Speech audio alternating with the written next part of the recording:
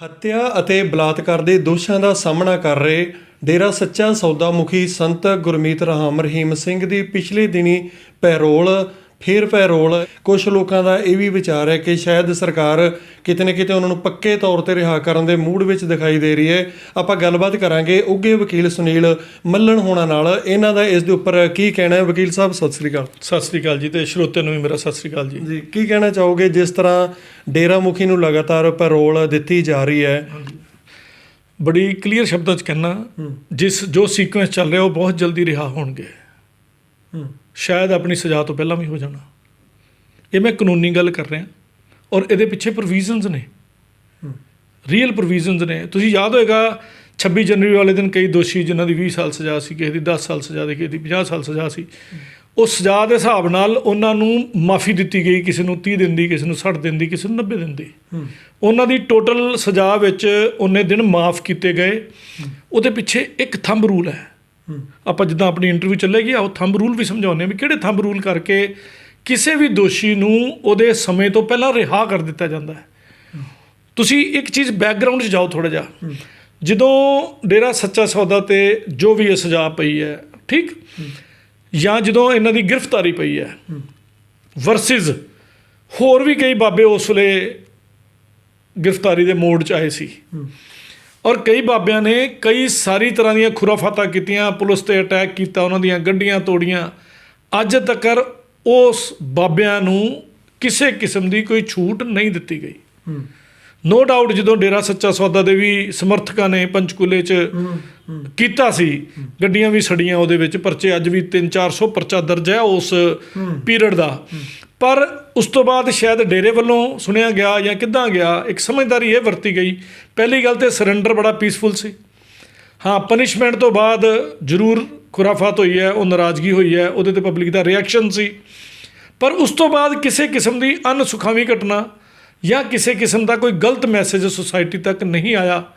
ਇਹ ਮੈਂ ਉਸ ਟੀਮ ਦੀ ਥੋੜ੍ਹੀ ਸਮਝਦਾਰੀ ਦਾ ਇਸ਼ਾਰਾ ਦਿੰਦਾ ਪਿਆ। ਨਹੀਂ, ਤੁਸੀਂ ਕਹਿ ਰਹੇ ਹੋ ਸ਼ਾਂਤਮਈ ਢੰਗ ਨਾਲ ਉਹ ਪੇਸ਼ ਹੋਏ ਨੇ, ਜਦੋਂ ਕਿ ਲਗਾਤਾਰ ਸਾਡਾ ਮੀਡੀਆ ਜਿਹੜਾ ਉਸ ਟਾਈਮ ਮੌਕੇ ਦੇ ਉੱਪਰ ਵਿਖਾ ਰਿਹਾ ਉਹਨਾਂ ਨੂੰ ਆਖਰੀ ਸਮੇਂ 'ਤੇ ਇਸ਼ਾਰੇ ਕਰਦੇ ਹੋਏ, ਜਾਂ ਵੱਖ-ਵੱਖ ਤਰ੍ਹਾਂ ਦੀਆਂ ਪ੍ਰਤੀਕਿਰਿਆਵਾਂ ਵੀ ਆਈਆਂ ਨੇ। ਦੇਖੋ, ਸ਼ਾਂਤਮਈ ਢੰਗ ਦਾ ਹੁਣ ਡੈਫੀਨੇਸ਼ਨ ਮੈਂ ਕੀ ਦਿੰਦਾ। ਜਦੋਂ ਉਹਨਾਂ ਨੂੰ ਅਰੈਸਟ ਕੀਤਾ ਜਾਂਦਾ ਜਾਂ ਅਰੈਸਟ ਤੋਂ ਪਹਿਲਾਂ ਜਦੋਂ ਕੋਰਟ 'ਚ ਆਉਂਦੇ ਨੇ, ਕੋਰਟ 'ਚ ਆਉਣ ਤੋਂ ਪਹਿਲਾਂ ਤੱਕ ਤਾਂ ਕੋਈ ਖੁਰਾਫਾਤ ਨਹੀਂ ਹੈ ਨਾ, ਕੋਈ ਲੜਾਈ ਨਹੀਂ ਹੈ, ਕੋਈ ਵਾਇਲੈਂਸ ਨਹੀਂ ਹੈ, ਕੋਈ ਆਗਜਨੀ ਨਹੀਂ ਹੈ, ਕੋਈ ਪਬਲਿਕ ਪ੍ਰੋਪਰਟੀ ਦਾ ਨੁਕਸਾਨ ਨਹੀਂ ਹੈ। ਜਦ ਤੱਕ ਕੋਰਟ 'ਚ ਪੇਸ਼ ਹੋ ਰਿਹਾ ਕੋਈ ਬੰਦਾ, ਕੋਰਟ 'ਚ ਪੇਸ਼ ਹੋਣ ਤੋਂ ਬਾਅਦ ਉਹਨਾਂ ਨੂੰ ਸਜ਼ਾ ਸੁਣਾਈ ਜਾਂਦੀ ਹੈ। ਪਹਿਲਾਂ 10 ਸਾਲ ਦੀ ਪਲੱਸ ਫਾਈਨ, ਦੂਜੀ ਵੀ 10 ਸਾਲ ਦੀ ਪਲੱਸ ਫਾਈਨ, ਉਹ ਥੋੜ੍ਹੀ ਦੇਰ ਬਾਅਦ। ਉਸ ਤੋਂ ਬਾਅਦ ਉਹ ਇੱਕ ਦਿਨ ਦਾ ਪੂਰਾ ਪ੍ਰੋਸੀਜਰ ਸੀ, ਜਿਹਦੇ ਵਿੱਚ ਮੇਰੇ ਵੀ ਕਈ ਦੋਸਤ ਪੱਤਰਕਾਰ ਜਿਨ੍ਹਾਂ ਦੀਆਂ ਗੱਡੀਆਂ ਸੜੀਆਂ, ਉਹਨਾਂ ਦੀਆਂ ਗਵਾਹੀਆਂ 'ਤੇ ਮੈਂ ਵੀ ਨਾਲ ਗਿਆ, ਸਭ ਕੁਛ ਹੋਇਆ। ਫਿਰ ਉਹ ਅਨਆਇਡੈਂਟੀਫਾਈਡ ਪਰਚੇ ਵੀ ਹੋਏ ਨੇ, ਉਹ ਕੈਂਸਲ ਵੀ ਹੋਏ ਨੇ, ਕਈ ਕੁਛ ਹੋਇਆ। ਬਟ ਡਿਊਰਿੰਗ, ਮੈਂ ਕਹਿੰਦਾ ਜਿਵੇਂ ਇੱਕ ਹੋਰ ਬਾਬੇ ਵਾਸਤੇ ਜਦੋਂ ਪੁਲਿਸ ਉਹਨੂੰ ਅਰੈਸਟ ਕਰਨ ਗਈ ਸੀ ਅਤੇ ਉਹਦੇ ਡੇਰੇ ਦੇ ਸਮਰਥਕ ਇਕੱਠੇ ਹੋਏ, ਉਹਨਾਂ ਨੇ ਪੁਲਿਸ ਵਾਲਿਆਂ ਨੂੰ ਕੁੱਟਿਆ ਵੀ, ਉਹਨਾਂ ਨੂੰ ਜ਼ਖਮੀ ਕੀਤਾ, ਉਹਨਾਂ ਨੂੰ ਮਾਰਿਆ।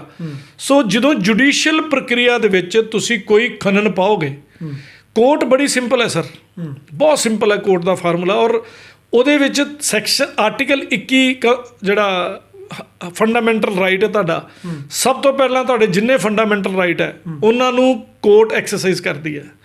ਕਿਉਂਕਿ ਜੇ ਕੋਰਟਾਂ ਵਿੱਚ ਕ੍ਰਿਮੀਨੋਲੋਜੀ ਆ ਜਾਵੇ, ਇਹਦਾ ਮਤਲਬ ਤੁਹਾਨੂੰ ਬੰਦੀ ਬਣਾਉਣ ਤੋਂ ਬਾਅਦ ਨਾ ਤੁਹਾਨੂੰ ਬਿਸਤਰਾ ਮਿਲੇ, ਨਾ ਤੁਹਾਨੂੰ ਰੋਟੀ ਮਿਲੇ, ਤਾਂ ਤੁਹਾਨੂੰ ਮੈਡੀਕਲ ਟਰੀਟਮੈਂਟ ਮਿਲੇ, ਨਾ ਤੁਹਾਨੂੰ ਰਹਿਣ ਦਾ ਜਗ੍ਹਾ ਮਿਲੇ, ਤੁਹਾਨੂੰ ਕਿਤੇ ਕਾਲੀ ਪਾਣੀ ਸੁੱਟਿਆ ਹੋਵੇ ਜਿੱਥੇ ਤੁਹਾਨੂੰ ਪੁੱਛਣ ਵੀ ਕੋਈ ਨਾ ਹੋਵੇ, ਜਾਂ ਕਾਵਾਂ ਦੇ ਹਵਾਲੇ ਕੀਤਾ ਹੋਵੇ, ਬਾਜਾਂ ਦੇ ਬਾਜਾਂ ਨਹੀਂ ਕਹਿੰਦੇ, ਸੌਰੀ, ਗਿੱਧਾਂ ਦੇ ਹਵਾਲੇ ਕੀਤਾ ਹੋਵੇ, ਤੁਹਾਨੂੰ ਉਹ ਨੋਚ ਖਾ ਜਾਣ।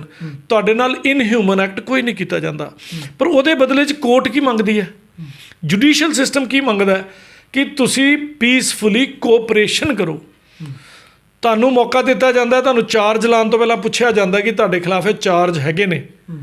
ਉਸ ਵੇਲੇ ਤੁਸੀਂ ਜਾਂ ਤੁਹਾਡੇ ਵਕੀਲ ਸਾਹਿਬ ਸੈਕਸ਼ਨ ਲੱਗੇ ਨੇ ਸਾਡੀ CRPC 'ਚ, ਕ੍ਰਿਮੀਨਲ ਪ੍ਰੋਸੀਜਰ ਕੋਡ 'ਚ, ਉਹਦੇ ਮੁਤਾਬਕ ਤੁਸੀਂ ਆਪਣੀ ਡਿਸਚਾਰਜ ਦੀ ਐਪਲੀਕੇਸ਼ਨ ਵੀ ਦੇ ਸਕਦੇ ਹੋ। ਉਹਦੇ ਵਿੱਚ ਕਹਿੰਦੇ ਹੋ ਕਿ ਇਹਨਾਂ ਕਾਰਨਾਂ ਕਰਕੇ, ਜੋ ਦੇਖੋ ਪਹਿਲਾਂ ਮੈਂ ਪ੍ਰੋਸੀਜਰ ਸਮਝਾਉਣਾ ਹੁੰਦਾ ਕੀ ਹੈ।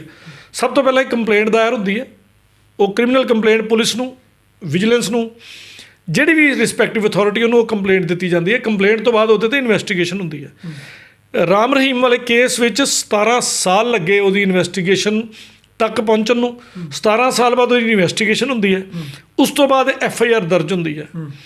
ਹੁਣ ਜੇ ਮੈਂ ਲੀਗਲ ਗੱਲ ਹੀ ਕਰੂੰਗਾ, ਮੈਂ ਤਾਂ ਦੂਜੀ ਗੱਲ ਨਹੀਂ ਕਰਦਾ, ਪਰ ਉਸ ਪੂਰੀ FIR ਦੇ ਵਿੱਚ ਸਰਕਮਸਟੈਂਸਿਸ ਨੇ, ਹਾਲਾਤ ਨੇ ਜਿਹੜੇ ਬਿਆਨ ਕਰਦੇ ਆ ਕਿ ਉੱਥੇ ਸੋ ਕਾਲਡ ਰੇਪ ਹੋਇਆ, ਉੱਥੇ ਸੋ ਕਾਲਡ ਮਰਡਰ ਹੋਏ, ਉੱਥੋਂ ਕੰਗਾਲ ਲੱਭੇ, ਉੱਥੋਂ ਕਈ ਲੱਭੇ। ਜਦੋਂ ਇਹੋ ਜਿਹੀ ਹਰਕਤਾਂ ਹੁੰਦੀਆਂ ਨੇ, ਲਾਅ ਮੁਤਾਬਕ ਜੇ ਮੈਂ ਮਰਡਰ ਦੀ ਗੱਲ ਕਰਾਂ ਤਾਂ 2 ਪੁਆਇੰਟ ਕਲੀਅਰ ਕਰਨੇ ਬੜੇ ਜ਼ਰੂਰੀ ਹੈ। ਲਾਸਟ ਸੀਨ ਤੇ ਮੋਟਿਵ। ਮੈਂ ਤੁਹਾਡਾ ਕਤਲ ਕਿਉਂ ਕਰਾਂਗਾ ਜਾਂ ਤੁਸੀਂ ਮੇਰਾ ਕਤਲ ਕਿਉਂ ਕਰੋਗੇ, ਉਹਦੇ ਪਿੱਛੇ ਮੋਟਿਵ ਹੋਣਾ ਚਾਹੀਦਾ। ਤੇ ਮਾਨਯੋਗ ਸੁਪਰੀਮ ਕੋਰਟ ਦੇ ਫੁੱਲ ਬੈਂਚ, ਡਿਵੀਜ਼ਨ ਬੈਂਚ ਕਹਿ ਚੁੱਕੇ ਨੇ ਮੋਟਿਵ 2 ਧਾਰੀ ਤਲਵਾਰ ਹੈ। ਐਗਜ਼ਾਮਪਲ, ਮੈਂ ਤੁਹਾਡੀ ਪ੍ਰਾਪਰਟੀ ਖੋਲੀ, ਰਾਈਟ, ਹੁਣ ਮੇਰਾ ਵੀ ਮੋਟਿਵ ਹੈ ਕਿ ਵਿਰਕ ਸਾਹਿਬ ਮੇਰੇ ਕੋਲ ਆਪਣੀ ਪ੍ਰਾਪਰਟੀ ਨਾ ਮੰਗਣ ਤੇ ਮੈਂ ਇਹਨਾਂ ਨੂੰ ਖੁੱਡੇ ਲੈਣ ਲਾਵਾਂ। ਹੋ ਸਕਦਾ ਮੈਂ ਉਸ ਮੋਟਿਵ ਕਰਕੇ ਤੁਹਾਡਾ ਮਰਡਰ ਕਰਾਂ। ਮੋਟਿਵ ਤੁਹਾਡਾ ਵੀ ਹੈ ਕਿ ਸੁਨੀਲ ਮੱਲਨ ਨੇ ਮੇਰੇ ਨਾਲ ਨਜਾਇਜ਼ ਕੀਤੀ ਹੈ, ਮੈਨੂੰ ਠੋਕਣਾ ਹੈ, ਕਾਨੂੰਨ 'ਚ ਤੈਨੂੰ ਸਜ਼ਾ ਨਹੀਂ ਮਿਲਦੀ ਪਈ, ਸ਼ਾਇਦ ਤੁਸੀਂ ਵੀ ਕਰੋ। ਸੋ ਮੋਟਿਵ 2 ਧਾਰੀ ਤਲਵਾਰ ਹੈ ਆਲਵੇਜ਼। ਦੋਨਾਂ ਬੰਦਿਆਂ ਦਾ ਕਲੀਅਰ ਮੋਟਿਵ ਹੈ। ਹਾਂ, ਜਿਹੜੇ ਬਲਾਈਂਡ ਮਰਡਰ ਹੁੰਦੇ ਨੇ, ਜਿਹੜਾ ਸੜਕ 'ਤੇ ਲੁਟੇਰਾ ਪਾ ਗਿਆ, ਉਹਨੇ ਤੁਹਾਡਾ ਗਲਾ ਵੱਢਤਾ, ਉਹਦੇ 'ਚ ਸਿੰਗਲ ਵੇ ਮੋਟਿਵ ਹੁੰਦਾ ਹੈ। ਪਰ ਜਿਹੜੇ ਇਹੋ ਜਿਹੇ ਕਰੋਨਿਕਲ ਕੇਸਿਸ ਹੁੰਦੇ ਨੇ, ਉਹਨਾਂ 'ਚ ਡਬਲ ਐਜ ਵੈਪਨ ਕਿਹਾ ਜਾਂਦਾ ਹੈ, ਜਿਹਦੇ 'ਚ ਦੋਨਾਂ ਦਾ ਕੋਈ ਨਾ ਕੋਈ ਅਰਥ ਹੋਵੇ। ਤੀਸਰੀ ਗੱਲ ਮੈਂ ਜਿਹੜੀ ਦੂਸਰੀ ਗੱਲ ਕਰਾਂਗਾ, ਇੱਕ ਮੋਟਿਵ ਹੋ ਗਿਆ, ਦੂਜਾ ਲਾਸਟ ਸੀਨ। ਆਖਰੀ ਸਮੇਂ ਜਦੋਂ ਮਰਡਰ ਹੋਇਆ ਉਦੋਂ ਕੀ ਵੇਖਿਆ ਗਿਆ, ਕਿਹਦੇ ਦੁਆਰਾ ਵੇਖਿਆ ਗਿਆ, ਕਿਹੜੇ ਸਬੂਤ ਇਕੱਠੇ ਹੋਏ, ਐਵੀਡੈਂਸ 'ਚ ਕਿਹੜੀ ਕਿਹੜੀ ਕੜੀ ਨਾਲ ਜੁੜਦੀ ਹੈ। ਮੇਰੀ ਲਾਇਸੈਂਸੀ ਰਿਵਾਲਵਰ ਐਕਸ ਬਾਡੀ ਦੇ ਮਰਡਰ ਦੇ ਕੋਲ ਫੜੀ ਜਾਵੇ, ਫਿੰਗਰਪ੍ਰਿੰਟ ਵੀ ਮੇਰੇ ਹੋਣ, ਬਟ ਇਹ ਉਹ ਸਾਬਤ ਨਹੀਂ ਕਰਦੀ ਕਿ ਉਹ ਮਰਡਰ ਸੁਨੀਲ ਮੱਲਨ ਨੇ ਕੀਤਾ। ਕੀ ਪਤਾ ਤੁਹਾਡੇ ਦਿਲ 'ਚ ਲਾਲਚ ਆ ਗਿਆ ਹੋਵੇ, ਮੇਰੀ ਲਾਇਸੈਂਸੀ ਰਿਵਾਲਵਰ ਮੇਰੇ ਫਿੰਗਰਪ੍ਰਿੰਟ ਲੱਗੇ ਅੱਜ ਵੀ, ਕਿਉਂਕਿ ਮੈਂ ਉਹਨੂੰ ਫੜਦਾ ਰਹਿਣਾ, ਸਾਫ਼ ਕਰਦਾ, ਸਭ ਕੁਝ ਕਰਦਾ, ਤੇ ਤੁਸੀਂ ਚੁੱਕ ਕੇ ਲੈ ਗਏ ਹੋ, ਤੇ ਮੇਰੇ ਪੁਲਿਸ ਨੂੰ ਰਿਪੋਰਟ ਕਰਨ ਤੋਂ ਪਹਿਲਾਂ ਹੀ ਉਹ ਤੁਸੀਂ ਯੂਜ਼ ਕਰ ਚੁੱਕੇ ਹੋ। ਤੇ ਇਸ ਕਰਕੇ, ਪਰ ਉਹਦੇ 'ਚ ਮੈਨੂੰ ਸਮਨਿੰਗ ਹੋਏਗੀ, ਮੈਨੂੰ ਜੇਲ੍ਹ ਜਾਣਾ ਪਏਗਾ, ਮੇਰੀ ਕੁਛ ਦਿਨਾਂ ਬਾਅਦ ਜ਼ਮਾਨਤ ਹੋਏਗੀ, ਜ਼ਮਾਨਤ ਤੋਂ ਬਾਅਦ ਮੈਂ ਆਪਣੇ ਆਪ ਨੂੰ ਨਿਰਦੋਸ਼ ਪ੍ਰੂਵ ਕਰਾਂਗਾ। ਈਦਰ ਆਈ ਵਿਲ ਅਸੈਪਟ ਕਿ ਹਾਂਜੀ ਇਹ ਮੈਂ ਕ੍ਰਾਈਮ ਕੀਤਾ ਹੈ। ਕਈ ਐਸੇ ਕੇਸ ਦੇ ਮੇਰੇ ਕੋਲ ਐਗਜ਼ਾਮਪਲ ਹੈਗੀ ਹੈ ਕਿ ਜਿੱਥੇ ਮੈਂ ਅਸੈਪਟ ਵੀ ਕਰ ਲਿਆ ਕਿ ਹਾਂਜੀ ਇਹ ਮਰਡਰ ਮੈਂ ਕੀਤਾ, ਕੋਰਟ ਨੇ ਤਾਂ ਵੀ ਕਿਹਾ ਕਿ ਇਹ ਟਰਾਇਲ ਚੱਲੇਗਾ, ਇਹਦੀ ਐਵੀਡੈਂਸ ਇਕੱਠੀ ਕਰੋ। ਹੋ ਸਕਦਾ ਸੁਨੀਲ ਮੱਲਨ ਵੱਡੇ ਕਿਸੇ ਦੋਸ਼ੀ ਨੂੰ ਬਚਾਉਣ ਲਈ ਜ਼ੁਲਮ ਆਪਣੇ 'ਤੇ ਲੈ ਰਿਹਾ। ਸੋ ਕੋਰਟਾਂ ਦਾ ਸਿਸਟਮ ਬੜਾ ਕਲੀਨ ਹੈ ਔਰ ਉਹਦੇ ਵਿੱਚ ਕੋਈ ਮਤਲਬ ਪ੍ਰਿਕ ਨਹੀਂ ਹੈਗਾ। ਹੁਣ ਆ ਗਿਆ ਮੁੱਦਾ ਕਿ ਰਾਮ ਰਹੀਮ ਦੇ ਕੇਸ 'ਚ ਮੇਰਾ ਇੱਕ ਬੜਾ ਵੱਡਾ ਬਿਆਨ ਬਣ ਜਾਣਾ ਹੈ, ਮੈਨੂੰ ਲੱਗਦਾ ਹੈ ਕਿ ਉਹ ਜਲਦੀ ਰਿਹਾ ਹੋਵੇਗਾ। ਜਦੋਂ ਤੁਹਾਡਾ ਕੰਡਕਟ, ਜਦੋਂ ਕਿਸੇ ਦੋਸ਼ੀ ਦਾ conduct towards jail authorities, towards judicial system, towards society ਵਧੀਆ ਹੋਏਗਾ। ਮੇਰੇ ਲਾਅ 'ਚ ਸਭ ਤੋਂ ਪਹਿਲੀ ਲਾਈਨ ਹੈ ਕਿ ਜਿਹੜਾ ਸਾਡਾ ਲਾਅ ਹੈ, ਲਾਅ ਦੀ ਜਿਹੜੀ ਪਹਿਲੀ ਡੈਫੀਨੇਸ਼ਨ ਹੈ, ਇੰਡੀਅਨ ਲਾਅ ਵਰਕਸ ਔਨ, ਜਿਹਨੂੰ ਕਹਿੰਦੇ ਆਪਾਂ ਸੁਧਾਰ ਵਾਲੇ ਪਾਸੇ ਚੱਲਦਾ। ਮੈਂ ਇੰਗਲਿਸ਼ ਦਾ ਵਰਡ ਬੋਲਦਾ ਤਾਂ ਸ਼ਾਇਦ ਸਮਝ ਨਹੀਂ ਆਣੀ ਸਰੋਤਿਆਂ ਨੂੰ, ਵੀ ਜੇ ਬੰਦਾ ਸੁਧਰਨਾ ਚਾਹੁੰਦਾ ਹੈ, ਰੀਫੋਰਮੇਟਿਵ ਹੈ, ਮੁਸਲਿਮ ਕੰਟਰੀਆਂ ਵਾਂਗੂ ਚੋਰੀ ਕੀਤੀ ਤੇ ਉਂਗਲ ਵੱਢ ਦਿਓ, ਰੇਪ ਕੀਤਾ ਬੰਦੇ ਨੂੰ ਗੋਲੀ ਮਾਰ ਦਿਓ, ਮਰਡਰ ਕੀਤਾ ਅੱਖ ਮਤਲਬ ਗੰਦੀ ਨਜ਼ਰ ਨਾਲ ਵੇਖਿਆ ਤੇ ਅੱਖਾਂ ਕੱਢ ਦਿਓ, ਉਹ ਸ਼ਰੀਅਤ ਦੇ ਵਿੱਚ ਕਾਨੂੰਨ 'ਚ ਉਹ ਚੀਜ਼ਾਂ ਸਜ਼ਾਵਾਂ ਹੈਗੀਆਂ। ਤੁਸੀਂ ਦੁਬਈ ਜਾ ਕੇ ਜਨਾਨੀ ਦੇ ਵਾਲ ਨੂੰ ਵੀ ਹੱਥ ਲਾ ਲਓ ਤੇ ਤੁਹਾਡਾ ਹੱਥ ਵੱਢਣਗੇ। ਇਹ ਸ਼ਰੀਅਤ ਦਾ ਕਾਨੂੰਨ ਹੈ, ਲੋਕਲ ਕਾਨੂੰਨ ਵੱਖਰਾ, 2 ਕਾਨੂੰਨਾਂ 'ਤੇ ਸਜ਼ਾ ਮਿਲਦੀ ਹੈ। ਪਰ ਇੰਡੀਆ 'ਚ ਕਹਿੰਦੇ ਵੀ ਇਹਨੂੰ ਸੁਧਰਨ ਦਾ ਮੌਕਾ ਦਿਓ, ਰੀਫੋਰਮੇਸ਼ਨ ਦੇ ਉੱਤੇ ਕੰਮ ਕਰੋ। ਜੇ ਉਹ ਬੰਦਾ ਸੁਧਰਦਾ ਪਿਆ ਔਰ ਉਹਦਾ ਕੰਡਕਟ ਸਭ ਤੋਂ ਪਹਿਲਾਂ ਤਾਂ ਜੇਲ੍ਹ 'ਚ ਹੈ, ਜੇਲ੍ਹ ਅਥਾਰਟੀ ਨਾਲ ਵਧੀਆ, ਉਹਨੂੰ ਪੇ ਰੋਲ ਦਿੱਤੀ ਜਾਂਦੀ ਹੈ ਕਿ ਇਹ ਸੁਸਾਇਟੀ 'ਚ ਜਾਵੇ, ਇਹ ਫਰਕ ਫੀਲ ਕਰੇ। ਜੇਲ੍ਹ ਦੇ ਅੰਦਰ ਕੀ ਸੀਗਾ, ਜੇਲ੍ਹ ਤੋਂ ਬਾਹਰ ਕੀ ਹੈ। ਜੇ ਬਾਹਰ ਜਾ ਕੇ ਵੀ ਇਹਦਾ ਕੰਡਕਟ ਪੋਜ਼ਿਟਿਵ ਹੈ, ਇਹਦੀ ਕੋਈ ਸਾਨੂੰ ਗਲਤ ਖਬਰ ਨਹੀਂ ਆਉਂਦੀ, ਮੰਨ ਲਓ ਮੈਨੂੰ ਜੇਲ੍ਹ 'ਚ ਚਲੋ ਤੁਸੀਂ ਕਹਿ ਰਹੇ ਹੋ ਵੀ ਜਿਹੜਾ ਬੰਦਾ ਬਾਹਰ ਜਾ ਕੇ ਸ਼ਾਂਤਮਈ ਢੰਗ ਨਾਲ ਰਹਿੰਦਾ, ਸਾਰਾ ਕੁਝ ਅਨੁਸ਼ਾਸਨ ਢੰਗ ਨਾਲ ਰਹਿੰਦਾ, ਠੀਕ ਹੈ, ਸੋਸਾਇਟੀ ਦੀ ਕਦਰ 'ਚ ਰਹਿੰਦਾ, ਠੀਕ ਹੈ, ਤਾਂ ਫਿਰ ਉਹਦਾ ਜਨਮ ਦਿਨ ਜਦੋਂ ਉਹਨਾਂ ਨੇ ਮਨਾਇਆ ਪਿਛਲੇ ਦਿਨ ਹੀ, ਉਹ ਕਿਰਪਾਨ ਨਾਲ ਕੇਕ ਕੱਟ ਰਹੇ ਨੇ। ਦੂਜੇ ਪਾਸੇ ਆਮ ਸੁਸਾਇਟੀ ਦਾ ਬੰਦਾ ਕਿਰਪਾਨ ਨਾਲ, ਮੁੰਡਿਆਂ ਨੇ ਅਜਿਹਾ ਕੇਸ ਮਾਮਲਾ ਆਇਆ ਸੀ ਹਰਿਆਣੇ ਦਾ ਪਹਿਲਾਂ, ਉਹਨਾਂ ਦੇ ਉੱਪਰ ਕਈ ਤਰ੍ਹਾਂ ਮਲਾ ਕੇ ਅੰਦਰ ਠੋਕ ਦਿੱਤੇ ਗਏ ਸਨ। ਤੇ ਇਹ ਸਰਸੇ ਵਾਲਾ ਜਿਹੜਾ ਲਗਾਤਾਰ ਸਾਹਮਣੇ ਆਨਲਾਈਨ ਜਿਹੜੇ ਉਹ ਕਰ ਰਹੇ ਨੇ, ਕੇਕ ਕੱਟ ਰਹੇ ਨੇ। ਦੇਖੋ, ਇੱਕ ਕਿਰਪਾਨ ਹੈ, ਉਹ ਚਾਕੂ ਵੀ ਹੋ ਸਕਦਾ ਹੈ, ਨਹੀਂ ਤੇ ਵੱਡਾ ਚਾਕੂ ਮੰਨ ਸਕਦੇ ਹਾਂ, ਕਿਉਂ ਨਹੀਂ ਉਹਦਾ ਪਰਪਸ ਨਹੀਂ। ਦੇਖੋ, ਆਪਣੀ ਕਲੋਜ਼ ਸੁਸਾਇਟੀ ਵਿੱਚ ਉਸ ਨਾਲ ਉਹ ਜੋ ਕੰਮ ਕਰ ਰਹੇ ਆ, ਹੁਣ ਉਹਦੇ ਉੱਤੇ ਤੇ ਨੌਜਵਾਨ ਵੀ ਆਪਣੀ ਸੁਸਾਇਟੀ ਦੇ ਵਿੱਚ ਹੀ ਜਨਮ ਦਿਨ ਮਨਾ ਰਹੇ ਸਨ ਨਾ, ਆਪਣੀ ਗੱਡੀ ਦੇ ਬੋਨਟ ਦੇ ਉੱਪਰ ਰੱਖ ਕੇ ਕੇਕ ਨੂੰ ਉਹ ਕੱਟ ਰਹੇ ਸਨ। ਫਿਰ ਪਬਲਿਕ ਪਲੇਸ 'ਚ ਮੈਂ ਬੰਦ ਕਮਰੇ 'ਚ ਆਪਣੀ ਰਿਵਾਲਵਰ ਟੇਬਲ 'ਤੇ ਰੱਖ ਕੇ ਬੰਨਾ, ਮੇਰੇ 'ਤੇ ਪਰਚਾ ਨਹੀਂ ਹੋਏਗਾ।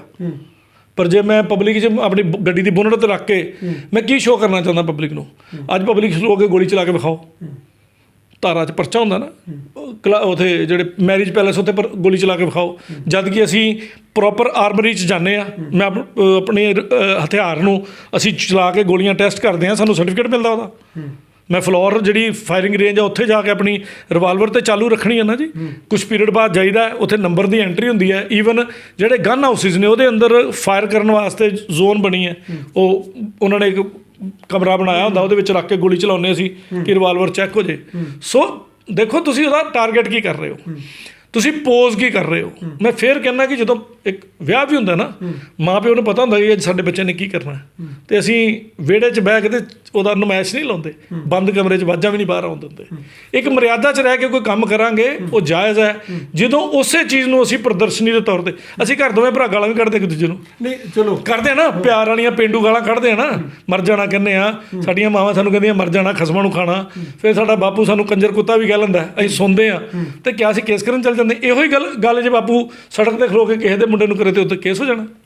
ਪਰ ਅਸੀਂ ਉਹ ਸਾਡਾ ਬਾਪੂ ਹੈ, ਅਸੀਂ ਉਹਦੀਆਂ ਜੁੱਤੀਆਂ ਵੀ ਛੰਨੇ, ਜੁੱਤੀ ਲਾ ਕੇ ਵੀ ਕੁੱਟ ਖਾਧੀ ਹੋਈ ਅਸੀਂ ਆਪਣੇ ਮਾਪਿਓ ਕੋਲੋਂ। ਨਹੀਂ, ਇਲਜ਼ਾਮ ਜਿਸ ਤਰ੍ਹਾਂ ਦੇ ਸਰਸੇ ਵਾਲਿਆਂ ਤੇ ਲੱਗੇ ਨੇ, ਜੱਜ ਸਾਹਿਬ ਨੇ ਫੈਸਲਾ ਸੁਣਾਇਆ, ਦੁਨੀਆ ਨੇ ਵੇਖਿਆ, ਤਾਂ ਜਿਹੜੇ ਇੱਕ ਹੋਰ ਨੇ ਪੈਰੋਕਾਰ ਨੇ ਆਪਣੇ ਹਿੰਦੂ ਧਰਮ ਦੇ ਨੇ, ਆਸਾਰਾਮ ਜੀ, ਉਹਨਾਂ ਦੇ ਮਾਮਲੇ ਦੇ ਵਿੱਚ ਫਿਰ ਅਜਿਹਾ ਕਿਉਂ ਨਹੀਂ ਹੈਗਾ ਕਿ ਉਹਨਾਂ ਨੂੰ ਨਹੀਂ ਸੁਧਰਨ ਦਾ ਮੌਕਾ ਦਿੱਤਾ ਜਾਏਗਾ? ਉਹਨਾਂ ਦੀ ਉਮਰ ਬਹੁਤ ਜ਼ਿਆਦੀ ਹੈ।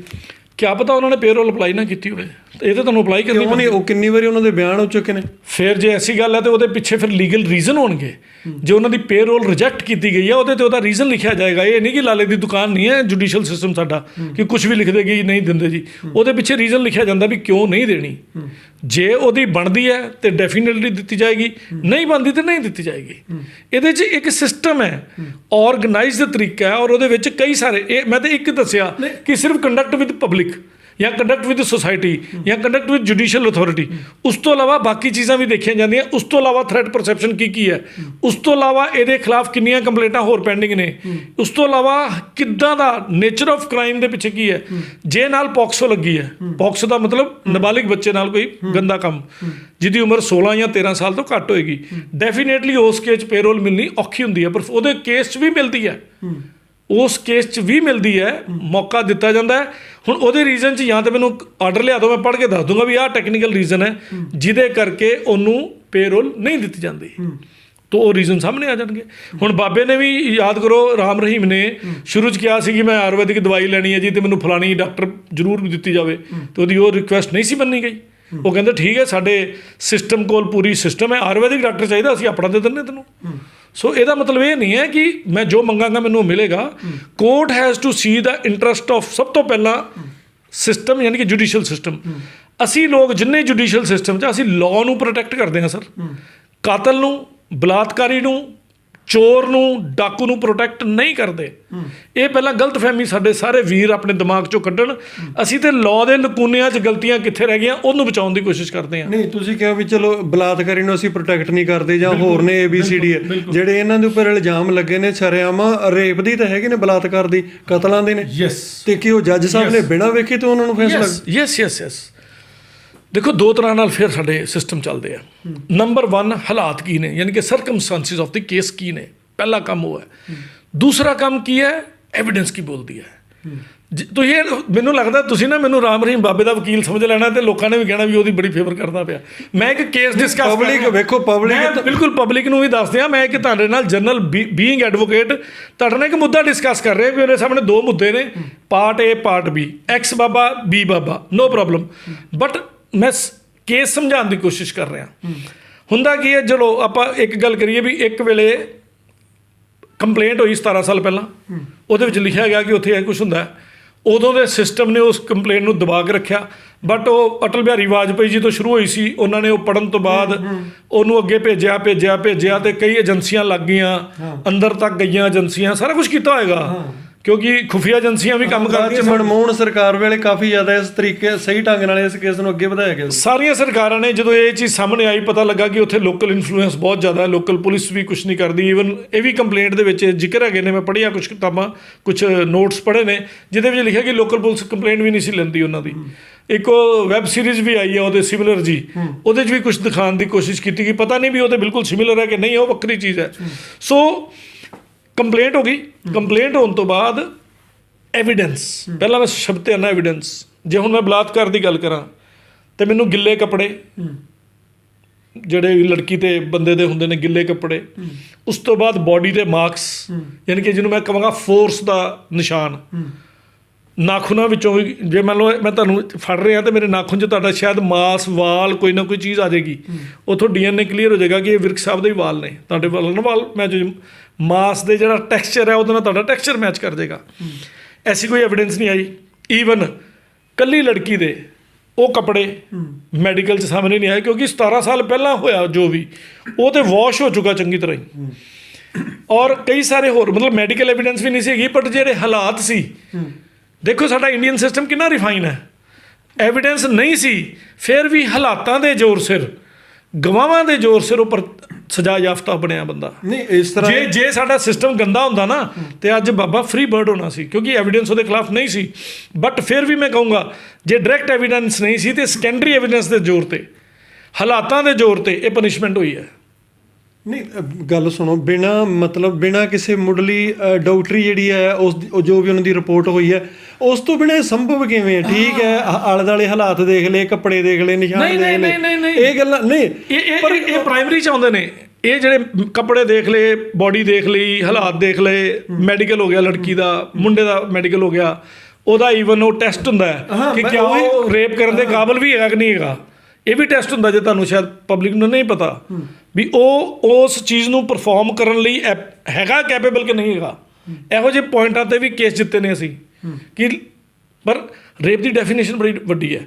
Even if I touch any part, ਇੱਕ ਮਿੰਟ, ਕੋਈ ਬੰਦਾ ਯੋਗ ਨਹੀਂ ਹੈਗਾ, ਉਹ ਮਤਲਬ ਕਿ ਕਹਿ ਲਈਏ ਸੰਬੰਧ ਬਣਾਉਣ ਦੇ ਯੋਗ ਨਹੀਂ ਹੈਗਾ, ਪਰ ਉਸਨੇ ਕਰਤੂਤ ਦਾ ਘਟੀਆ ਕਰੀ ਆ, ਇਸ ਤਰ੍ਹਾਂ ਮਤਲਬ ਛੱਡ ਦੋਗੇ ਉਹ ਬੰਦਾ ਯੋਗ ਨਹੀਂ ਤੇ ਇਸ ਨੂੰ ਹੁਣ ਛੱਡ ਦਿਓ। ਤਾਂ ਹੀ 20 ਸਾਲ ਸਜ਼ਾ ਹੋਈ ਹੈ। ਜੇ ਇਹਦੇ ਸਰਕਮਸਟੈਂਸਿਸ ਉਹ ਹਾਲਾਤ ਬੋਲਦੇ ਸੀ, ਸਾਡਾ ਜੁਡੀਸ਼ੀਅਲ ਸਿਸਟਮ ਦੇਖੋ ਕਿੰਨਾ ਫਾਈਨ ਹੈ। ਜੇ ਉਹ ਹਾਲਾਤ ਬੋਲਦੇ ਸੀ, ਬੇਸ਼ੱਕ ਮੈਡੀਕਲ ਪ੍ਰੂਫ ਨਹੀਂ ਸੀ, ਤਾਂ ਵੀ ਸਜ਼ਾ ਹੋਈ ਹੈ, ਫਾਈਨ ਹੋਇਆ। ਜੇ ਸਾਡਾ ਸਿਸਟਮ ਗਲਤ ਹੁੰਦਾ ਤੇ ਇਹ ਕੁਝ ਨਹੀਂ ਸੀ ਹੋਣਾ। ਜੇ ਆਪਾਂ ਕਹੀਏ ਸਾਡਾ ਜੁਡੀਸ਼ੀਅਲ ਸਿਸਟਮ ਵਿਖਾਊ ਹੈ ਤੇ ਸ਼ਾਇਦ ਨਹੀਂ ਸੀ ਹੋਣਾ। ਬਾਬੇ ਕੋ ਖਰੀਦਣ ਲਈ ਬੜੇ ਪੈਸੇ ਸੀ, ਉਹਦੇ ਸ਼ਰਧਾਲੂਆਂ ਕੋ ਬੜੇ ਪੈਸੇ ਸੀ। ਸੋ ਮੈਂ ਨਹੀਂ ਕਹਿੰਦਾ ਕਿ ਉਹ ਪਾਪੀ ਹੈ ਕਿ ਨਹੀਂ ਹੈ, ਪਰ ਜੁਡੀਸ਼ੀਅਲ ਸਿਸਟਮ ਨੇ ਉਹਨੂੰ ਡਿਕਲੇਅਰ ਕੀਤਾ ਕਿ he is accused and he is convicted now. ਤਾਂ ਜੁਡੀਸ਼ੀਅਲ ਸਿਸਟਮ ਮੁਤਾਬਕ ਹਾਲਾਤਾਂ ਦਾ ਬਿਊਰਾ ਲੈ ਕੇ, ਹਾਲਾਤਾਂ ਦੇ ਹਿਸਾਬ ਨਾਲ ਇਹਨਾਂ ਚੀਜ਼ਾਂ ਨੂੰ ਉਹਨੂੰ ਸਜ਼ਾ ਯਾਫਤਾ ਮੁਲਜ਼ਮ ਬਣਾਇਆ। ਇਟ ਇਜ਼ ਮੈਂ ਕਹੂੰਗਾ salute to our judicial system. ਉਹਦੇ ਕੋਲ ਕਿਆ ਵਕੀਲ ਮਾੜੇ ਹੋਣਗੇ ਦੱਸੋ? ਕਈ ਗੁਣਾ ਵਧੀਆ ਦਿਮਾਗ ਵਾਲੇ ਵਕੀਲ, ਮੇਰੇ ਤੋਂ ਵੀ ਕਈ ਗੁਣਾ ਵੱਡੇ ਵਕੀਲ ਜਿਹੜੇ ਸਾਡੇ ਸੀਨੀਅਰ ਐਡਵੋਕੇਟਸ ਨੇ, ਰਿਸਪੈਕਟੇਬਲ ਨੇ, ਜਿਨ੍ਹਾਂ ਕੋਲ ਅਸੀਂ ਗੁਰਮੰਤਰ ਸਿੱਖਦੇ ਹਾਂ, ਉਹੋ ਜਿਹੇ ਵਕੀਲ ਕਈ ਸਾਰੇ ਉਹਨਾਂ ਕੋਲ ਸੀਗੇ ਆਪਣੇ, ਔਰ ਜਿਨ੍ਹਾਂ ਦੇ ਹਾਲਾਤਾਂ ਨਾਲ, ਜਿਨ੍ਹਾਂ ਦੇ ਸਾਹਮਣੇ ਸਾਰਾ ਕੁਝ ਹੋਇਆ। ਔਰ ਕਿਆ ਉਹਨਾਂ ਨੇ ਕੋਈ ਕਸਰ ਛੱਡੀ ਹੋਏਗੀ? ਮੈਂ ਤੇ ਫਿਰ ਵਾਪਸ ਆਣਾ, ਜੁਡੀਸ਼ੀਅਲ ਸਿਸਟਮ ਬੜਾ ਨੀਟ ਐਂਡ ਕਲੀਨ ਅੱਜ ਵੀ ਹੈਗਾ। ਕੁਝ ਲੋਕ ਜ਼ਰੂਰ ਗਲਤ ਕਹਿੰਦੇ ਨੇ, ਮੈਨੂੰ ਨਹੀਂ ਪਤਾ ਉਹ ਕਿਉਂ ਕਹਿੰਦੇ ਨੇ, ਮੇਰੇ ਸਾਹਮਣੇ ਅੱਜ ਤੱਕ ਇਹੋ ਜਿਹਾ ਕੁਝ ਮੁੱਦਾ ਆਇਆ ਨਹੀਂ। ਚਲੋ ਤੁਸੀਂ ਗਲਤ ਵਾਲੇ ਇੱਕ ਵਿੱਚ ਸ਼ਬਦ ਬੋਲਿਆ, ਸਾਬਕਾ DSP ਸੇਖੋਂ ਨੇ ਜੀ, ਉਹ ਲਗਾਤਾਰ ਆਵਾਜ਼ ਬੁਲੰਦ ਕਰ ਰਹੇ ਨੇ। ਉਹ ਕਹਿ ਰਹੇ ਨੇ ਜਿਹੜੇ ਡਰੱਗ ਦੇ ਕੇਸ ਚੱਲ ਰਹੇ ਨੇ ਪਿਛਲੇ ਲੰਬੇ ਸਮੇਂ ਤੋਂ, ਤਾਂ ਉਹ ਕਹਿ ਰਹੇ ਨੇ ਜਿਹੜੀਆਂ ਰਿਪੋਰਟਾਂ ਖੋਲਣ ਵਾਸਤੇ ਕੁਝ ਲੋਕ ਜਿਹੜੇ ਨੇ ਅਜਿਹੇ ਗਿਰ ਗਏ ਨੇ ਅਦਾਲਤਾਂ ਦੇ ਵਿੱਚ ਕਿ ਉਹ ਇਹਨਾਂ ਰਿਪੋਰਟਾਂ ਨੂੰ ਵੀ ਨਹੀਂ ਖੁੱਲਣ ਦੇ ਰਹੇ, ਉਲਟਾ ਹੁਣ ਉਹਨਾਂ ਨੂੰ ਬਦਲਣ ਜਾ ਰਹੇ ਨੇ, ਜਦੋਂ ਕਿ ਉਹਦੇ ਕੋਲ ਸਬੂਤ ਨੇ ਉਹਨਾਂ ਦੇ ਪਹਿਲਾਂ ਵਾਲੇ। ਮਤਲਬ ਉਹ ਲਾਹਣਤਾਂ ਪਾ ਰਹੇ ਨੇ ਸਿੱਧੇ ਸ਼ਬਦਾਂ 'ਚ। ਬਿਲਕੁਲ ਠੀਕ ਕਹਿ ਰਹੇ ਹੋ। ਇਹਦੇ ਵਿੱਚ ਪਤਾ ਕੀ ਹੈ ਜੀ, ਯੰਤਰ ਤੇ ਤੰਤਰ ਦੋ ਚੀਜ਼ਾਂ ਨੇ। ਹੁਣ ਸੇਖੋਂ ਸਾਹਿਬ ਨੇ ਜੋ ਵੀ ਬਿਆਨ ਦਿੱਤੇ, ਮੈਂ ਉਹਨਾਂ ਦੀ ਸੁਣੀ ਵੀਡੀਓ ਬੜੇ ਧਿਆਨ ਨਾਲ, ਵਰਸਿਸ ਕੋਰਟ 'ਚ ਕੀ ਚੱਲ ਰਿਹਾ, ਉਹਨਾਂ ਦੋਨਾਂ ਦੇ ਵਿਚਕਾਰ ਮੈਨੂੰ ਕੁਝ ਗੈਪ ਦਿਖਦਾ ਹੈ ਕਿਤੇ ਨਾ ਕਿਤੇ। ਹਾਂ, ਜੇ ਰਿਪੋਰਟਾਂ ਨਹੀਂ ਖੁੱਲ ਰਹੀਆਂ ਤੇ ਉਹ ਕਿਉਂ ਨਹੀਂ ਖੁੱਲ ਰਹੀਆਂ, ਉਹਦਾ ਕੋਈ ਰੀਜ਼ਨ ਹੋਏਗਾ ਜਿਹੜੀ ਰਿਪੋਰਟ ਨਹੀਂ ਖੁੱਲ ਰਹੀ। ਪਰ ਜੇ ਰਿਪੋਰਟ ਨਹੀਂ ਖੁੱਲ ਰਹੀ ਤੇ ਉਹਨੂੰ ਵੀ ਖੁਲਾਉਣ ਦਾ ਇੱਕ ਵੱਖਰਾ ਤਰੀਕਾ ਹੈ, ਉਹਦੀ ਅਪੀਲ ਹੈ, ਉਹਦੀ ਰਿਵੀਜ਼ਨ ਹੈ, ਉਹਦਾ ਦੂਸਰਾ ਹੱਲ ਵੀ ਹੈ। ਇਨ ਕੇਸ ਸਾਨੂੰ ਕਿਤੇ ਲੱਗਦਾ ਹੈ, ਉਹਦਾ ਆਪਾਂ ਲੀਗਲ ਹੱਲ ਲੱਭੀਏ ਨਾ। ਆਪਾਂ ਕਹਿ ਦਈਏ ਫਲਾਣਾ ਇਸ ਤਰ੍ਹਾਂ ਹੈ ਜਾਂ ਫਲਾਣਾ ਉਸ ਤਰ੍ਹਾਂ ਹੈ, ਉਹ ਨਹੀਂ, ਲੀਗਲ ਟੀਮ ਲੱਗੀ ਹੋਈ ਹੈ। ਐਡਵੋਕੇਟ ਰਾਜਵਿੰਦਰ ਸਿੰਘ ਬੈਂਸ ਹੋਣੀ, ਉਹਨਾਂ ਦੀ ਪੂਰੀ ਟੀਮ ਉੱਥੇ ਲੱਗੀ ਹੋਈ ਹੈ। ਉਹ ਸਾਰੇ ਵਾਰ-ਵਾਰ ਇੱਥੋਂ ਤੱਕ ਕਿ ਉਹ ਕੁਛ ਤਾਂ ਲੋਕ ਜਿਹੜੇ ਨੇ ਅਦਾਲਤੀ ਕੰਮਾਂ ਦੇ ਵਿੱਚ ਜਾਂ ਵਕੀਲ ਭਾਈਚਾਰਾ, ਉਹ ਵੀ ਕਾਫੀ ਜ਼ਿਆਦਾ ਭਰੇ ਪਏ ਨੇ ਕਿ ਉਹ ਮਤਲਬ ਇਹ ਹੋ ਕੀ ਰਿਹਾ। ਦੇਖੋ ਪਤਾ ਕੀ, ਵੈਸੇ ਜਿਹੜਾ ਤੁਹਾਡਾ ਸਵਾਲ ਹੈ ਬੜਾ ਵਧੀਆ ਸਵਾਲ ਹੈ, ਪਰ ਮੇਰਾ ਕੱਦ ਹਲੇ ਬੜਾ ਛੋਟਾ ਉਹਦਾ ਜਵਾਬ ਦੇਣ ਨੂੰ। ਹੁਣ ਮੈਂ ਛੋਟਾ ਜਿਹਾ ਬੰਦਾ, ਹੁਣ ਮੈਨੂੰ ਨਹੀਂ ਪਤਾ ਵੀ ਕਿੱਥੇ ਗਲਤੀ ਹੈ, ਪਰ ਜੇ ਕਹਿੰਦੇ ਵੀ ਧੂੰਆਂ ਹੋਇਆ ਤੇ ਕਿਤੇ ਤੇ ਅੱਗ ਲੱਗੀ ਹੈ, ਕਿਤੇ ਤੇ ਅੱਗ ਲੱਗੀ ਹੈ। ਤੇ ਜੋ ਮੀਡੀਆ 'ਚ ਜਿਹੜੀ ਖਬਰ ਆਉਂਦੀ ਹੈ, ਔਰ ਮੀਡੀਆ ਦੀ ਸ਼ਕਤੀ ਇੰਨੀ ਵਧੀਆ ਹੈ ਕਿ ਇਹਦੇ ਤੇ ਬਹੁਤ ਕੁਝ ਮੰਥਨ ਹੋਏਗਾ, ਔਰ ਮੈਨੂੰ ਲੱਗਦਾ ਹੈ ਕਿ ਸੱਚ ਸਾਹਮਣੇ ਆਏਗਾ। ਉਹਦੇ 'ਚ ਜਿਹੜਾ ਵੀ ਸੱਚਾ ਹੋਏਗਾ ਉਹ ਜ਼ਰੂਰ ਜਿੱਤੇਗਾ ਜੀ, ਡੈਫੀਨੇਟਲੀ ਜਿੱਤੇਗਾ। ਔਰ ਇਸੇ ਕਰਕੇ ਮੈਨੂੰ ਤੁਹਾਨੂੰ ਯਾਦ ਹੋਣਾ, ਸ਼ਾਇਦ ਮੈਂ ਤੁਹਾਡੇ ਨਾਲ ਵੀ ਇੱਕ ਪ੍ਰੋਗਰਾਮ ਕੀਤਾ ਸੀ, ਜੇ ਪੰਜਾਬ ਨੂੰ ਸਿੰਥੈਟਿਕ ਨਸ਼ਿਆਂ ਤੋਂ ਬਚਾਉਣਾ ਹੈ ਤੇ ਫੀਮ, ਭੁੱਕੀ, ਡੋਡੇ ਇਹ ਲੀਗਲ ਕਰਨੇ ਪੈਣਗੇ, ਜਿਵੇਂ ਸਾਡੇ ਗੁਆਂਢੀ ਸਟੇਟਾਂ 'ਚ ਹੈਗੇ ਨੇ। ਇਹ ਲੀਗਲ ਠੇਕੇ ਤੇ ਖੋਲ੍ਹਣੇ ਪੈਣਗੇ, ਔਰ ਧੀਰੇ ਧੀਰੇ ਨੈਚੁਰਲ ਨਸ਼ੇ ਤੇ ਬੱਚੇ ਨੂੰ ਲਿਆ ਕੇ ਬੱਚਾ ਬਚਾਉਣਾ ਬੜਾ ਜ਼ਰੂਰੀ ਹੋ ਚੁੱਕਾ ਹੈ। ਸਾਡੇ ਅੱਜ ਪੰਜਾਬ ਦੀਆਂ ਧੀਆਂ ਵੀ ਨਸ਼ੇ 'ਚ ਰੁਲ ਚੁੱਕੀਆਂ ਨੇ। ਸਾਡੇ ਪੰਜਾਬ ਦੇ ਪੁੱਤ, ਕਈ ਪਿੰਡਾਂ 'ਚ ਪੁੱਤ ਮੁੱਕ ਚੁੱਕੇ ਨੇ, ਸਿਰਫ ਜਨਾਨੀਆਂ ਹੀ ਰਹਿ ਗਈਆਂ ਨੇ। ਸੋ ਇਹ ਚੀਜ਼ਾਂ ਦੇ ਉੱਤੇ ਕੰਮ ਕਰਨਾ ਜ਼ਰੂਰੀ ਹੈ। ਹੁਣ ਇਹਦੇ 'ਚ ਪਤਾ ਕੀ ਹੋਣਾ ਹੈ, ਜਦੋਂ ਕਿਤੇ ਕਿਸੇ ਸਰਕਾਰ ਨੇ ਅਨਾਊਂਸਮੈਂਟ ਕੀਤੀ, ਜਿਵੇਂ ਗਾਂਧੀ ਜੀ ਨੇ ਉਹ ਫੀਮ ਦੀ ਖੇਤੀ ਸ਼ੁਰੂ ਕੀਤੀ ਸੀ, ਖਸਖਾਸ ਦੀ ਖੇਤੀ ਸ਼ੁਰੂ ਕੀਤੀ ਸੀ, ਤੇ ਲਾਲਾ ਲਾਲਾ ਬੜੀ ਹੋਈ ਸੀ। ਉਹ ਲਾਲਾ ਲਾਲਾ ਕਰਨ ਵਾਲੇ ਜਿਹੜੇ ਮੇਰੇ ਓਪੀਨੀਅਨ, ਮੇਰੇ ਦਿਮਾਗ ਨਾਲ ਬੰਦੇ ਨੇ ਨਾ, ਉਹ ਬੰਦੇ ਨੇ ਜਿਹੜੇ ਬੰਦੇ ਡਰੱਗ ਵੇਚਦੇ ਨੇ ਤੇ ਕੱਲ੍ਹ ਨੂੰ ਦੂਜਿਆਂ ਨੂੰ ਅੱਗੇ ਕਰਦੇ ਵੀ ਸਾਡੀ ਦੁਕਾਨ ਬੰਦ ਹੋ ਜਾਣੀ ਹੈ, ਕਿਉਂਕਿ ਸਿੰਥੈਟਿਕ ਨਸ਼ਾ ਹਮੇਸ਼ਾ ਬੰਦੇ ਨੂੰ ਮਾਰੇਗਾ। ਦੇਖੋ ਰੋਟੀ 'ਚ ਵੀ ਨਸ਼ਾ ਜੇ, ਇਹ ਗੱਲ ਮੇਰੀ ਯਾਦ ਰੱਖੋ। ਰੋਟੀ ਵੀ ਅਸੀਂ ਖਾਂਦੇ ਹਾਂ। ਆਯੁਰਵੈਦ ਕੀ ਕਹਿੰਦਾ, ਜਿਹੜੀ ਚੀਜ਼ ਅਸੀਂ 3 ਮਹੀਨੇ ਲਗਾਤਾਰ ਖਾ ਲਈਏ ਔਰ 3 ਮਹੀਨੇ ਨੂੰ ਟੱਪ ਜਾਈਏ, ਉਹ ਸਾਡੀ ਬੋਡੀ ਅਡਾਪਟ ਕਰ ਲੈਂਦੀ ਆ ਤੇ ਉਹ ਮੰਗਦੀ ਹੈ। ਤੁਸੀਂ ਸਾਊਥ ਇੰਡੀਆ ਚਲ ਜਾਓ, ਇੱਕ ਹਫ਼ਤਾ ਤੁਹਾਨੂੰ ਡੋਸੇ ਮਿਲੀ ਜਾਣੇ ਆ, ਤੇ ਤੁਹਾਨੂੰ ਹਫ਼ਤੇ ਬਾਅਦ ਨਾ ਕਾਹਲੀਆਂ ਪੈਣੀਆਂ ਕਿ ਯਾਰ ਫੁਲਕਾ ਖਾਈਏ, ਸਵਾਦ ਲਈਏ ਕਿਤੋਂ, ਦਾਲ ਫੁਲਕਾ ਖਾਈਏ। ਇਸੇ ਤਰ੍ਹਾਂ ਵਿਚਾਰੇ ਸਾਊਥ ਇੰਡੀਅਨ ਇੰਡੀਆ ਇੱਧਰ ਹੁੰਦੇ ਨਾਰਥ 'ਚ, ਉਹਨਾਂ ਨੂੰ ਹੁੰਦਾ ਕਿ ਡੋਸਾ ਖਾ ਲਈਏ, ਮੱਛੀ ਖਾ ਲਈਏ, ਜੋ ਵੀ ਉਹਨਾਂ ਦੀ ਰੈਗੂਲਰ ਡਾਈਟ ਹੈ। ਤਾਂ ਨਸ਼ਾ ਸਾਡੀ ਰੋਟੀ 'ਚ ਵੀ ਹੈ। ਤੇ ਦੂਜਾ ਨਸ਼ਾ ਵੀ ਨਸ਼ਾ ਹੈ, ਸਾਡੀਆਂ ਕਈ ਦਵਾਈਆਂ 'ਚ ਫੀਮ ਪੈਂਦੀ ਹੈ। ਕਈ ਮੈਨੂੰ ਪੱਤਰਕਾਰਾਂ ਨੇ ਪੁੱਛਿਆ ਵੀ ਤੁਹਾਨੂੰ ਫੀਮ ਤੋਂ ਬੜਾ ਇਤਰਾਜ਼ ਹੈ। ਜਦੋਂ ਮੈਂ ਤਸਕਰ ਗਾਣੇ 'ਤੇ ਸ਼ਬਦ ਕੱਢੇ, ਮੈਂ ਕਿਹਾ ਜੀ ਮੈਨੂੰ ਕੋਈ ਇਤਰਾਜ਼ ਨਹੀਂ ਹੈ, ਸਾਡੇ ਬਜ਼ੁਰਗ ਖਾਂਦੇ ਰਹੇ ਨੇ, ਨਸਵਾਰਾਂ ਸੁੰਘਦੇ ਰਹੇ ਨੇ। ਨੈਚੁਰਲ ਨਸ਼ਾ ਕਦੀ ਬੰਦੇ ਨੂੰ ਨਹੀਂ ਮਾਰਦਾ, ਉਹਦੀ ਓਵਰਡੋਜ਼ ਬੰਦੇ ਨੂੰ ਉਲਟੀਆਂ ਕਰਾ ਦੇਗੀ, ਲੂਜ਼ ਮੋਸ਼ਨ ਲਾ ਦੇਗੀ, ਬਟ ਉਹ ਕੰਟਰੋਲੇਬਲ ਹੈ। ਔਰ ਅੱਜ ਜੇ ਪੰਜਾਬ ਬਚਾਉਣਾ ਹੈ, ਮੇਰੀ ਅਪੀਲ ਹੈ ਸਰਕਾਰ ਅੱਗੇ ਕਿ ਇਹ ਸਰਕਾਰੀ ਲੀਗਲ ਜੈਨੂਨ ਠੇਕੇ ਜਿੱਥੋਂ ਪਿਓਰ ਸਮਾਨ ਮਿਲ ਸਕੇ, ਉਹਦੇ 'ਤੇ ਕਾਰਡ ਬਣਾ ਦਿਓ ਸਾਡਾ, ਮੇਰਾ ਵੀ ਬਣਾ ਦਿਓ ਕਿ ਹਾਂਜੀ ਮੈਨੂੰ ਵੀ 5 ਗ੍ਰਾਮ ਅਲਾਊਡ, ਮੈਂ ਵੀ ਲੈ ਲੂੰਗਾ। ਮੈਂ ਵੀ ਸ਼ੂਗਰ ਦਾ ਮਰੀਜ਼ ਹਾਂ, ਥੋੜ੍ਹੀ ਜਿਹੀ ਖਾ ਲਿਆ ਕਰੂੰਗਾ, ਸ਼ਾਇਦ ਮੈਂ ਵੀ ਠੀਕ ਹੋ ਜਾ ਜਲਦੀ। ਔਰ ਕਈ ਸਾਡੀਆਂ ਦਵਾਈਆਂ 'ਚ ਪੈਂਦੀ ਜਿਹਦੇ ਨਾਲ ਸਾਡੀਆਂ ਬਿਮਾਰੀਆਂ ਜਲਦੀ ਠੀਕ ਹੁੰਦੀਆਂ। ਸੋ ਉਹੀ ਗੱਲ ਹੈ ਕਿ ਕੁਛ ਲੋਕ ਕਿਸੇ ਪਾਸੇ ਉਸ ਗੱਲ ਨੂੰ ਲੈਂਦੇ ਨੇ। ਹੁਣ ਸ਼ਰਾਬ ਦੇ ਠੇਕੇ ਵੀ ਖੁੱਲ੍ਹੇ ਨੇ, ਕਿਆ ਤੁਸੀਂ ਵੀ ਜਾ ਕੇ ਪੀਂਦੇ ਹੋ ਭਾਜੀ ਲੈ ਕੇ? ਜੇ ਤੁਸੀਂ ਪੀਂਦੇ ਹੋ ਤਾਂ ਜ਼ਰੂਰ ਖਰੀਦ ਕੇ ਪੀਓਗੇ, ਨਹੀਂ ਪੀਂਦੇ ਤਾਂ ਤੁਹਾਨੂੰ ਪਤਾ ਵੀ ਨਹੀਂ ਹੋਣਾ ਵੀ ਥੱਲੇ ਵੀ ਠੇਕਾ ਸੀਗਾ, ਤੁਹਾਨੂੰ ਨਜ਼ਰ ਵੀ ਨਹੀਂ ਆਇਆ ਹੋਣਾ ਕਿ ਇੱਥੇ ਠੇਕਾ ਹੈਗਾ। ਤੁਸੀਂ ਆਪਣਾ ਸਿਰਫ ਸੁਨੀਲ ਮੱਲਨ ਦਾ ਬੋਰਡ ਪੜਿਆ, ਤੁਸੀਂ ਉੱਪਰ ਆ ਗਏ ਹੋ ਤੇ ਤੁਹਾਨੂੰ ਮੈਂ ਨਿਸ਼ਾਨੀ ਦੱਸੀ ਵੀ ਨਾਲ ਦੇ ਪਾਸੇ ਆਹ ਦੁਕਾਨ ਹੈ, ਇੱਥੋਂ ਪੌੜੀਆਂ ਚੜ੍ਹ ਜਾਓ। ਮੀਨਸ ਮੇਰਾ ਟੇਸਟ ਹੈ ਤੇ ਮੈਂ ਸ਼ਾਮੀ ਲੱਭ ਲੈਣਾ। ਸੋ ਜਿਹਦਾ ਟੇਸਟ ਹੈ ਉਹਨੇ ਉੱਥੇ ਜਾਣਾ ਹੀ ਜਾਣਾ, ਪਰ ਜੇ ਟੇਸਟ ਨਹੀਂ ਹੈ ਤਾਂ ਉਹਨੇ ਨਹੀਂ ਜਾਣਾ। ਸੋ ਇਸ ਕਰਕੇ ਆਪਾਂ ਇਹਨਾਂ ਗੱਲਾਂ ਵਿੱਚ ਨਾ ਪਈਏ, ਕੰਟਰਾਵਰਸੀ 'ਚ ਨਾ ਪਈਏ। ਔਰ ਜੇ ਬਾਬੇ ਦਾ ਕੰਡਕਟ ਲੀਗਲ ਰਿਹਾ ਵਿਦਨ ਉਹ ਜਿਹੜੀਆਂ ਗੁੱਡ ਪ੍ਰੈਕਟਿਸਿਸ ਜਿਹੜੀਆਂ ਸਾਡੇ ਇੱਕ ਬਣਿਆ ਹੋਇਆ ਐਥਿਕਸ ਤੇ ਗੁੱਡ ਪ੍ਰੈਕਟਿਸਿਸ, ਜੇ ਉਹਦੇ ਦੌਰਾਨ ਰਹਿੰਦਾ ਡਿਊਰਿੰਗ ਇੰਪ੍ਰਿਜ਼ਨਮੈਂਟ, ਡੀ.ਕੇ. ਬਾਸੂ ਦੀਆਂ ਗਾਈਡਲਾਈਨਸ ਵੀ ਨੇ ਕਿ ਪ੍ਰਿਜ਼ਨਰ ਦੇ ਰਾਈਟ ਕੀ ਨੇ, ਇਸੇ ਤਰ੍ਹਾਂ ਕਿਹੜੀਆਂ ਸ਼ਰਤਾਂ 'ਤੇ ਆਪਾਂ ਕਿਸੇ ਵੀ ਪ੍ਰਿਜ਼ਨਰ ਨੂੰ ਜਲਦੀ ਛੱਡ ਸਕਦੇ ਹਾਂ। ਜਿਵੇਂ ਪਿੱਛੇ ਹੁਣ ਇਹਨਾਂ ਦੀ ਸ਼ਾਇਦ 60 ਦਿਨ ਸਜ਼ਾ ਮਾਫ ਹੋਈ ਹੈ। ਜੇ ਜਿਹੜਾ ਉਹ ਨੋਟੀਫਿਕੇਸ਼ਨ ਨਿਕਲੀ ਸੀ 26 ਜਨਵਰੀ ਦੇ, ਉਹਦੇ ਮੁਤਾਬਕ ਮੈਂ ਹਲੇ ਧਿਆਨ ਨਾਲ ਪੜ੍ਹੀ ਨਹੀਂ ਹੈ, ਪਰ ਉਹਦੇ ਵਿੱਚ ਜਿੰਨੇ ਸਾਲ ਸਜ਼ਾ, ਮੰਨ ਲਓ 20 ਸਾਲ ਵਾਲੇ ਨੂੰ 90 ਦਿਨ ਦਿੱਤੇ ਗਏ ਨੇ, 10 ਸਾਲ ਵਾਲੇ ਨੂੰ 60 ਦਿਨ ਦਿੱਤੇ ਗਏ ਨੇ, ਉਸ ਤੋਂ ਘੱਟ ਵਾਲਿਆਂ ਨੂੰ 30 ਦਿਨ ਦਿੱਤੇ ਗਏ ਨੇ, ਤੇ 3 ਸਾਲ ਵਾਲਿਆਂ ਨੂੰ ਕੁਝ ਹਫ਼ਤਾ ਦਿੱਤਾ ਗਿਆ। ਇਸੇ ਤਰ੍ਹਾਂ ਉਹਨਾਂ ਨੇ 26 ਜਨਵਰੀ 'ਤੇ ਅਨਾਊਂਸਮੈਂਟ ਕੀਤੀ ਹੈ। ਜੇ ਕੰਡਕਟ ਵਧੀਆ ਰਿਹਾ ਤਾਂ ਡੈਫੀਨੇਟਲੀ ਰਾਮ ਰਹੀਮ ਆਪਣੇ ਟਾਈਮ ਤੋਂ ਪਹਿਲਾਂ ਬਾਹਰ ਜ਼ਰੂਰ ਆਉਣਗੇ। ਮੈਂ ਇਸ ਨਾਲ ਕਲੋਜ਼ ਕਰਦਾ ਕਿ ਜੇ ਉਹਨਾਂ ਦਾ ਕੰਡਕਟ ਸੋਸ਼ਲ ਐਕਟੀਵਿਟੀਜ਼ ਔਰ ਪਬਲਿਕ ਦੇ ਪ੍ਰਤੀ ਜੋ ਰਿਸਪੌਂਸਿਬਿਲਿਟੀ ਹੈ, ਜੁਡੀਸ਼ੀਅਲ ਸਿਸਟਮ ਪ੍ਰਤੀ ਰਿਸਪੌਂਸਿਬਿਲਿਟੀ ਹੈ, ਸਾਡਾ ਸਿਸਟਮ ਇੰਨਾ ਰਿਫਾਈਨ ਹੈ। ਨਵਜੋਤ ਸਿੰਘ ਸਿੱਧੂ ਨੂੰ ਵੀ ਜੇਲ੍ਹ ਹੋ ਕੇ ਹਟੀ ਹੈ, ਚਾਹੇ ਉਹ MP ਰਹਿ ਗਿਆ। ਮਜੀਠੀਆ ਚਾਹੇ ਮੌਜੂਦਾ ਸੀਗਾ ਤਾਂ ਵੀ ਉਹਨੂੰ ਜਾਣਾ ਪਿਆ, ਤੇ ਜਾਣਾ ਪਿਆ। ਸਾਡਾ ਸਿਸਟਮ ਕਲੀਨ ਹੈ। ਦੇਖੋ ਸਾਡੇ ਸੁਪਰੀਮ ਕੋਰਟ ਦੇ ਜੱਜ ਸਾਹਿਬ ਨੇ, ਗਗੋਈ ਸਾਹਿਬ ਨੇ ਬੜਾ ਕਲੀਅਰ ਕਿਹਾ ਸੀ ਕਿ ਜਿੱਥੇ ਵੀ ਹਿਊਮਨ ਬੋਡੀ ਰਹੇਗੀ ਉੱਥੇ ਹਰ ਚੀਜ਼ ਐਕਸਪੈਕਟਿਡ ਹੈ। ਸੋ ਉਹਨਾਂ ਨੇ ਇਹ ਨਹੀਂ ਸੀ ਕਿਹਾ ਕਿ ਰਿਸ਼ਵਤ ਵੀ ਚੱਲਦੀ ਹੋਊਗੀ, 2 ਨੰਬਰ ਦਾ ਕੰਮ ਵੀ ਚੱਲਦਾ ਹੋਊਗਾ, ਪਰ ਜਿੱਥੇ ਹਿਊਮਨ ਬੋਡੀ, ਹਿਊਮਨ ਬ੍ਰੇਨ ਕੰਮ ਕਰਦਾ ਉੱਥੇ ਸਭ ਕੁਝ ਚੱਲਦਾ ਹੈ। ਔਰ ਕਿਸ ਲਿਮਿਟ ਤੱਕ ਚੱਲਦਾ ਹੈ, ਕਿਸ ਬੰਦੇ ਨੂੰ ਉਹਦੀ ਬੈਨੀਫਿਟ ਮਿਲਦਾ ਹੈ, ਇਹ ਤਾਂ ਹੁਣ ਉਹੀ ਦੱਸ ਸਕਦੇ ਨੇ, ਬਟ ਰਿਐਲਿਟੀ ਤਾਂ ਇਹੋ ਹੀ ਹੈ ਜੀ। ਇਹ ਸਨ ਸੁਨੀਲ ਮੱਲਣ, ਜਿਨ੍ਹਾਂ ਨੇ ਡੇਰਾ ਸਿਰਸਾ ਪ੍ਰਮੁੱਖ ਦੀ ਰਿਹਾਈ ਨੂੰ ਲੈ ਕੇ ਆਪਣੀ ਜੋ ਵੀ ਇਹਨਾਂ ਨੂੰ ਕਾਨੂੰਨੀ ਤੌਰ 'ਤੇ ਜੋ ਇਹ ਆਪਣਾ ਪੱਖ ਇਹਨਾਂ ਨੇ ਰੱਖਿਆ ਹੈ, ਜਾਣਕਾਰੀ ਆਪਣੇ ਦਰਸ਼ਕਾਂ ਨਾਲ ਸਾਂਝੀ ਕੀਤੀ ਹੈ। ਕੈਮਰਾਮੈਨ ਸੋਨੂ ਵਿਰਕ ਦੇ ਨਾਲ ਮੈਂ ਸਾਹਿਬ ਸਿੰਘ ਵਿਰਕ, ਨਾਭਾ। ਧੰਨਵਾਦ।